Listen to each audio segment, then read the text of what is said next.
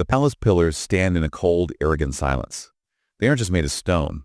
They seem constructed from the very ego of the king who built them. Outside, the light is strange.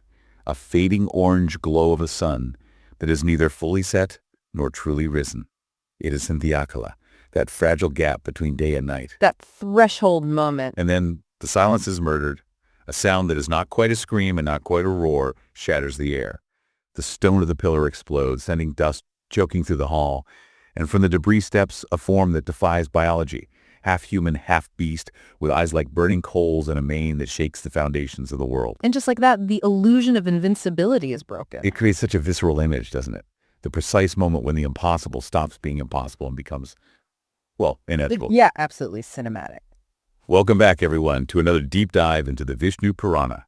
Now, if you were with us for the last deep dive, we were swimming in the rather fluid, enchanting waters of the Mohini avatar.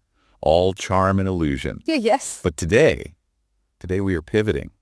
We certainly are. We're moving from the allure of Amrita, the nectar, to something raw.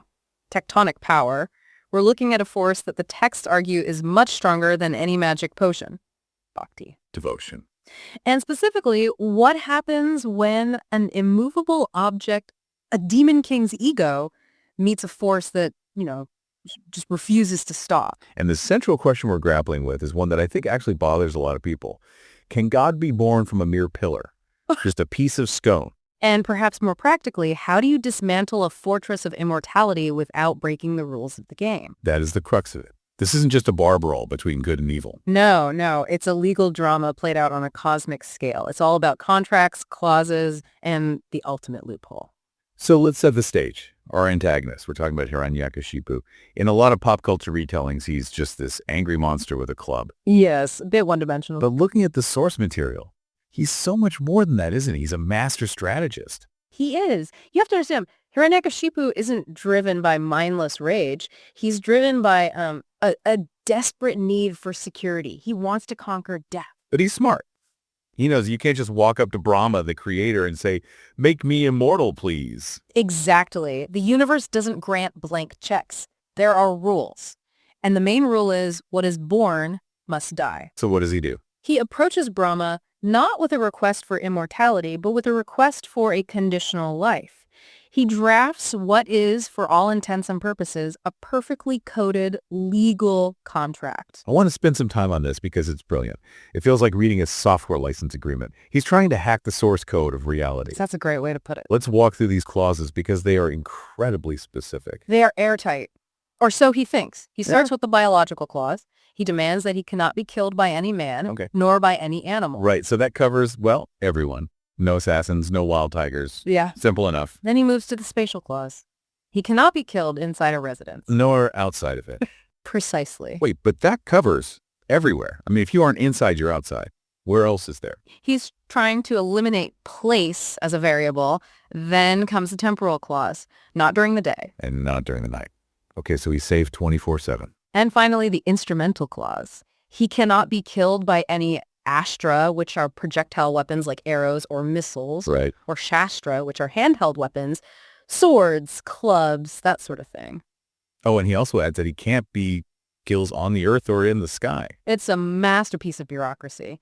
He has handcuffed destiny. I was trying to think of a way around it. Like, what if you just poisoned his food? Well, poison is often considered a form of Shastra in these texts, or it falls under the man who administered it. He's looked at every single variable for how a being dies and said, "I'll take that off the table, thank you very much." So he believes he's created this closed loop, a logical paradox where his death is an impossibility. Exactly. And for a long time, he's right. He conquers the three worlds because no one can touch him. He is the glitch in the system that cannot be patched. What, as any engineer knows, the more complex the system, the more vulnerable it is to a single unexpected variable. And in this case, that variable isn't a weapon or a warrior. It's his own son, Prahlada. Prahlada is the perfect foil. If the father is pure ego, I am the king, I am God, the son is pure surrender. While Hiranyakashipu is obsessed with the I, Prahlada simply breathes the name of Hari Vishnu. And this isn't just teenage rebellion, is it? This is treason in his father's eyes. The sources describe some truly horrific attempts by the father to correct the son. It is brutal. And it's important to dwell on this to understand the stakes. Hiranyakashipu tries to feed the boy lethal poison. When that doesn't work, he has venomous snakes thrown into his chamber. And they don't bite him? No. Then he even has giant elephants try to trample him. Okay, pause there. How does a child survive being trampled by an elephant? I mean, the text treats this as physical reality. This is where we have to talk about bhakti again. We tend to translate it as devotion, which sounds, well, passive, like you're just sitting there thinking nice thoughts. Right. But in this context, bhakti is a transformative state of being.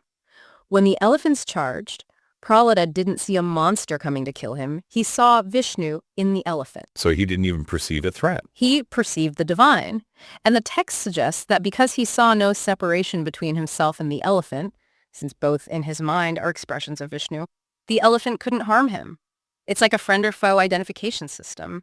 If you identify as the same essence, the attack is called off. That is fascinating. It must have driven Hiranyakashipu absolutely mad. It shatters his worldview because it defies his logic. He controls the physical world. He commands the elephants, the snakes. But he cannot crush this boy's spirit. Well, The boy survives unscathed, even smiling. and this leads us to the philosophical climax. Right. The king reaches his breaking point. He drags the boy into the throne room and demands, "Where is your Hari? Where is this protector of yours?" And Prahlada's answer is so simple, yet it carries the weight of the entire cosmos. He just says he is everywhere. And Hiranyakashipu, in this fit of total arrogance, points to a nearby pillar, a cold, dead piece of stone. He asks, "Is he in this pillar?" And Prahlada, without a moment's hesitation, says, yes, he is in this pillar. Okay, now hold on. I want to unpack this concept because it's easy to dismiss that as, a child's fantasy. But the sources mention a specific Sanskrit term here. They do. It's crucial. Anurinu Trinakashta. Anurinu Trinakashta. Break that down for us. Well, Anu refers to the atom, the smallest indivisible particle. The concept here is what we might call the atomicity of God. Prahlada isn't saying Vishnu is hiding behind the pillar. Right. He's saying that the divine presence is woven into the very atomic structure of the stone itself. That sounds surprisingly modern, like we're drifting into quantum physics here. It really does. Think about it. We know that a stone isn't really solid. It's made of atoms, which are mostly empty space and vibrating energy. If you look deep enough into matter, you just find energy. So Prahlada is asserting that this fundamental energy, the thing that makes the stone be a stone, is the divine. Exactly. It's the difference between a sky god who lives far away and a quantum god who is the very fabric of reality. Prahlada has access to the source code. Hiranyakashipu is just looking at the user interface. And Hiranyakashipu, blind to this physics of devotion, decides to smash the pillar. He wants to prove the container is empty. He strikes it with his fist. And that brings us right back to our opening image. The pillar doesn't just crack, it bursts. Enter Narasimha. The avatar. And this isn't the blue-skinned, four-armed Vishnu we often see. This is something else entirely. Oh no, this is terror incarnate. The text describes red eyes like burning copper, a mane that flies about, shaking the air, a roar that deafens the palace. But the most important thing is the form itself. It is Narasimha, man-lion. And this is where the legal drama comes back into play. Because earlier, we called this a surgical strike. Hiranyakashipu had his bone, he had his contract. How does Narasimha bypass it? He doesn't bypass it. That's the genius of it. He honors it completely. If he broke the boon, it would mean Brahma's word was false and the cosmic order would collapse. So he has to kill the king while keeping every single promise. Exactly. This is the legalistic paradox. Okay, let's go through the checklist. Let's see if we can find a flaw. The demon's first clause. I cannot be killed by a man or an animal. Look at Narasimha. Is he a man? No, he has the head and claws of a lion. Is he an animal? No, he has the torso of a human. He is a hybrid, neither man nor beast. Clause 1 satisfied. Okay, that's clever. Clause 2. I cannot be killed inside a residence nor outside it. Narasimha drags him to the threshold of the palace doorway, right on the line, neither truly inside the room nor fully outside. He's on the boundary. Clause 2 satisfied. fine. It's very clever. Clause 3. I cannot be killed during the day or the night. This one seems impossible. It has to be one or the other. Not if you wait for the perfect moment. It is Sandhyakala, twilight. The sun has not fully set, so it is not night. But the sun is not fully risen, so it is not day. It is that liminal space between times. The gap in the clock. Clause 3 satisfied. Okay, this is getting tight. Clause 4. I cannot be killed on the earth or in the sky. Narasimha lifts the king up and places him on his lap. He's suspended, not touching the ground nor flying in the air. On a living platform. Right. And the final one. The weapons. No astra, no shastra. You can't use a sword, you can't use an arrow. So Narasimha uses his claws. In the legal definitions of the time, nails and claws are considered integral parts of the body, not manufactured weapons. He disembowels the king with his bare hands. It's great. Well, it's visceral, but it's also intellectually stunning. It's checkmate in 5 moves. It is. It shows that while the ego Hiranyakashipu tries to control reality through rigid, static rules, the divine is fluid. It can take any form necessary to balance the equation. The boon wasn't a shield, it was a puzzle. And Narasimha was the solution that fit every jagged edge of that puzzle. It was malicious compliance on a cosmic scale. Absolutely. The universe saying, I can be more creative than you. I want to pivot here to our mere moment, because obviously most of us aren't demon kings bargaining for immortality. I should hope not. But there is something very relatable about Hiranyakashipu's approach, this desire for invulnerability. The need for absolute control. Yes. We build these digital fortresses, don't we? Mm-hmm. We rely on our titles, our bank accounts, our technology. We act like if we just have enough insurance policies or enough followers or the right job title, we are safe. I cannot be harmed if I have this. I cannot be broke if I have that. That's a brilliant analogy. We construct these social contracts. If I do X, Y, and Z, then nothing bad can happen to me. We try to code the suffering out of our lives. The story tells us that's a fallacy. It is, because reality always presents a variable you didn't code for. You can control for day and night, inside and outside, but then life comes at you in the twilight on the threshold. You can't foresee the black swan event. The Narasimha. The Narasimha. So what's the lesson? Is it just you can't win, give up? No, I don't think so. I think the lesson is about where you place your trust. Hiranyakashipu placed his trust in external structures, the boon, the power.